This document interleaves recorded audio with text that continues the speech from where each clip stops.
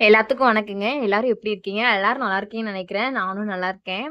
நான் வந்து காலையில ஒரு 5:30க்கே எந்திரிச்சுட்டேன். எந்திரிச்சுட்டு பார்த்தா வானம் அப்படியே ரெட் கலர்லயும் அழகா இருந்துச்சு. அத பார்க்கறதுக்கே அழகா இருந்துச்சு. நீங்களே பாருங்களேன். ஆ வெளிய அவ்ளோ அழகா இருந்துச்சு. நான் அத வந்து ரசிச்சுட்டு இருந்தேன். நீங்களும் ரசிக்கிறீங்களா என் கூட சேர்ந்து?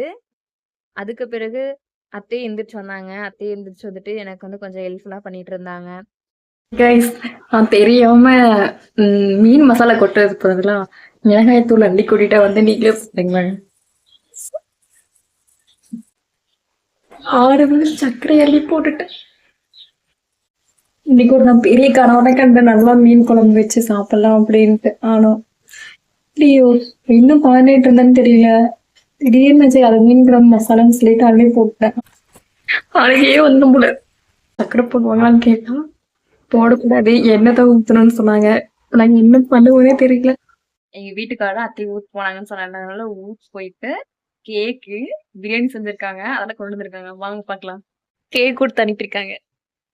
வீட்ல இது மாரி சம்பிரதாயம் இருக்கா? இந்தா இங்க பாருங்களேன். மிளகாயி, கறி, வேப்பில ஓப்பன் பண்ணலாமா? சிக்கன் பிரியாணி செஞ்சு குடுத்துருக்காங்கோ எங்க வீட்ல இருந்து.